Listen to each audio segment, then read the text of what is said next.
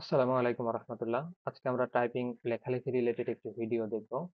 আমরা বাংলা লেখার জন্য যেটা করে থাকি সেটা হচ্ছে যে প্রথমে আমরা বিজয় ক্লাসিকে নেই। এটার শর্টকাট হচ্ছে কন্ট্রোল অল্টার বি এবং রিটার্ন করলে আবার ইংলিশে চলে আসে। তো বিজয় ক্লাসিক রাখলাম এবং আমরা ফন্টস যেটা করি সুতানি এমজে ব্যবহার করি। এটা দিয়ে যদি আমরা বাংলা লিখতে যাই তখন অর্থাৎ বাংলা সঠিক লিখছে, কিন্তু আমরা যদি কোনো একটাকে চেঞ্জ করি তাহলে আর আমাদের লেখা ঠিক থাকবে না।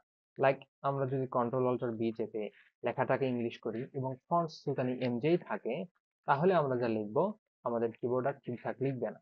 একইভাবে আমরা যদি বিজয় ক্লাসিকে রাখি এবং ফন্টস কোনো একটা ইংলিশে দিয়ে দেই, লাইক টাইমস নিউ রোমান, তখন যদি আবার আমরা কিছু লেখার চেষ্টা করি আমাদের কিবোর্ডের স্ট্রাকচার ঠিক থাকছে না, ঠিকঠাক ভাবে লিখছে না। অর্থাৎ কোনো একটা যদি চেঞ্জ হয় তাহলে আর সেটা লেখা সম্ভব হচ্ছে না। একইভাবে বিজয় ক্লাসিক থাকা অবস্থায় বিজয় ক্লাসিক যদি আমরা রাখি তখন কিন্তু এই ভাষাটা কম্পিউটারও বুঝতে পারবে না। আমরা যদি এখানে নিউ একটা ফোল্ডার নিই, আমরা যদি কিছু লেখার চেষ্টা করি আসবে না। অর্থাৎ এখানে বাংলা লেখার সিস্টেমটা বিজয় ক্লাসিক কন্ট্রোল অল্টার বি বা সুতানিয়াম যে কোনো কিছু সিলেক্ট করার কোনো অপশন নাই। সেম অ্যাজ আমরা যদি ব্রাউজারে কিছু লিখতে যাই তাহলে আমরা আবার এখানে লিখতেছি, এখানে কিন্তু বিজয় ক্লাসিক দিয়ে আমরা যে ওয়ার্ডে সুতা নিয়ম যে ব্যবহার করে লেখালেখি করি সেটার কোনো সিস্টেমটা বিজয় ক্লাসিক দিয়ে হচ্ছে না। অর্থাৎ আমরা যে সিস্টেমটা ব্যবহার করি সুতা নিয়ম যে দিয়ে আমরা যে লেখালেখি গুলা করি, এটা একটা ওল্ড সিস্টেম যেটা এখন আর এই মুহূর্তে চলে না। এখন কি চলে সেটা হচ্ছে আমরা বর্তমানে ব্যবহার করছি ইউনিকোড। এই ইউনিকোডটা লেটেস্ট। ভিজুয়াল ক্লাসিকটা ছিল আমেরিকান স্ট্যান্ডার্ড আর ইউনিকোডটা হচ্ছে ইউনিসার্ভাল বহির্বিশ্বে, সারা বিশ্বে।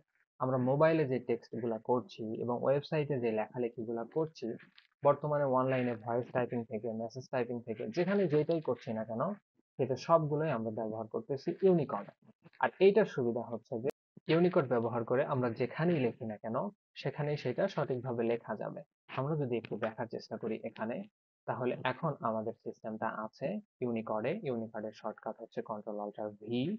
তো আমরা যদি এটা ইউনিকোডে রাখি এবং কিছু লেখার চেষ্টা করি তাহলে এটা সঠিকভাবে লিখছে।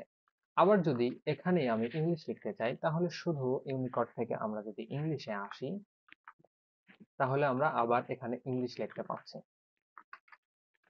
ঠিক আছে? অর্থাৎ একই লাইনে আমরা বাংলা লিখছি ইংলিশ লিখছি উইদাউট কোনো ফন্ট চেঞ্জ না করে। আমরা কি করতেছি, জাস্ট ইংলিশে যাচ্ছি আবার বাংলায় যাচ্ছি। এই বাংলাটা সব জায়গায় সাপোর্টেড। যেমন আমি যদি এখানে লেখার চেষ্টা করি তাহলে এখানে লেখা যাচ্ছে, আমি যদি আবার ব্রাউজারে লেখার চেষ্টা করি তাহলে এখানে লিখতে পারবো।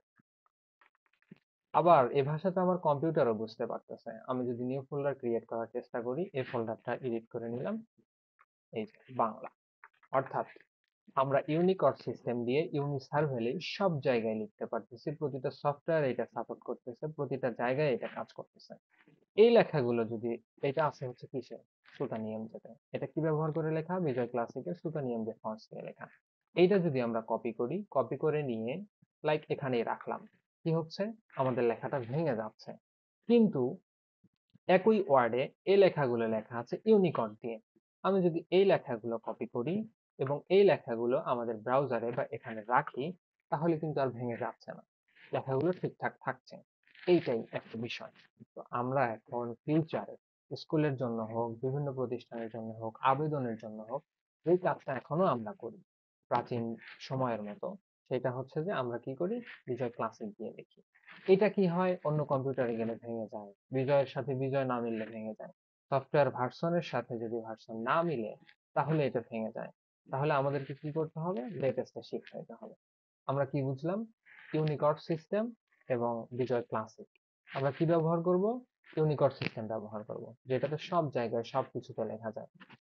এখানে কথা আসতে পারে, আপনি তো মানে বিজয় ক্লাসিক থেকে সরে আসলেন, ইউনিকোডে লিখছেন, তাহলে কি ফন্টের লেখা এরকম হবে? না, আমি চাইলে আমার এই ফন্টস এর লেখাটাও চেঞ্জ করতে পারি। সেক্ষেত্রে আমাকে কিছু ফন্টস ব্যবহার করতে হবে যেগুলো ইউনিকোড সাপোর্টেড। আমি যদি কালপুরুষ ফন্টটা ব্যবহার করি তাহলে এখানে দেখা যাচ্ছে আমরা কম্পিউটারে স্বাভাবিকভাবে সুতানি এমজে দিয়ে যে লেখাটা লিখি সেটা এখানে আছে।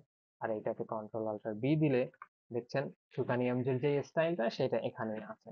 আর এখানে কোনো ফন্টস চেঞ্জ করতে হবে না বাংলা এবং ইংলিশ লিখতে গেলে। যদি আমি এখানে দেখাই, এখন ইউনিকোডে আছে, তাহলে যদি আমি এখানে সেম যেভাবে বিজয় আমরা আগে লিখতাম, ইউনিকোডেও সেম। এখানে আবার যদি ইংলিশ করতে হয়, জাস্ট আমাদের শর্টকাটটা চেপে ইংলিশে চলে আসলে এখানে আবার ইংলিশটা লেখা শুরু করবে। এটা আমরা বিভিন্ন ফন্টসে লিখতে পারি। এখানে অনেকগুলো বাংলা ফন্টসও আছে আলাদা আলাদা। এগুলো আমরা চেঞ্জ করে যার যেটা পছন্দ সেটা সে সেইভাবে লিখতে পারে। এটা এখানেও চেঞ্জ করা সম্ভব। আর এই লেখাগুলো মোবাইলে লিখে ভয়েস টাইপিং করে ওয়ার্ডে নিয়ে আসলেও সাপোর্ট করবে। আবার এখানকার লেখা মোবাইলে নিয়ে গেলেও সাপোর্ট করবে। কিন্তু যদি কেউ এভাবে বিজয়ের লেখা মোবাইলে এই ওয়ার্ড ফাইলটা ওপেন করতে চায়, তাহলে কখনোই মোবাইলে আর শো করবে না। মোবাইলে কি শো করবে? এই যে এখান থেকে কপি করে নিয়ে একটা ব্রাউজারে দেখালাম, এখানেই আবার নিচেই দেখাই, এই যে এরকম শো করবে, মোবাইলে শো করবে না। কারণ কি? এটা হচ্ছে ওল্ডেড ভার্সন, অনলি বিজয় এবং বাংলা লেখার জন্য নির্দিষ্ট করা। আর আমরা এখন ইউনিকোড সিস্টেম যেটা দেখালাম সেটা হচ্ছে ইউনিসার্ভার। যেমন এটা ডক্সে আছে, গুগল ড্রাইভের যে ডক্স ফাইল, এটা শেয়ার করে অনেককে পাঠানো যাবে, এক ফাইলে অনেকেই কাজ করা যাবে। কিন্তু এই জায়গায় বিজয় ক্লাসিক ব্যবহার করার কোনো সুযোগ নেই। ঠিক আছে, আমরা বুঝতে পারছি বিজয় ইউনিকোড কি এবং বিজয় ক্লাসিকটা কি।